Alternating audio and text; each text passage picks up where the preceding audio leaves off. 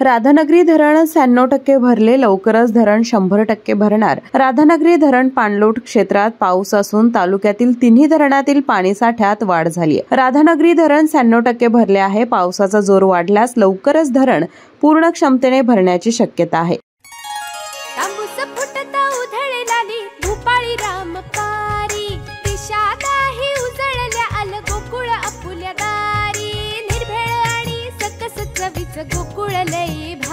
गोकुळची दर्जेदार दुग्ध उत्पादने। गोकुळ, अस्सल चव कोल्हापूरची।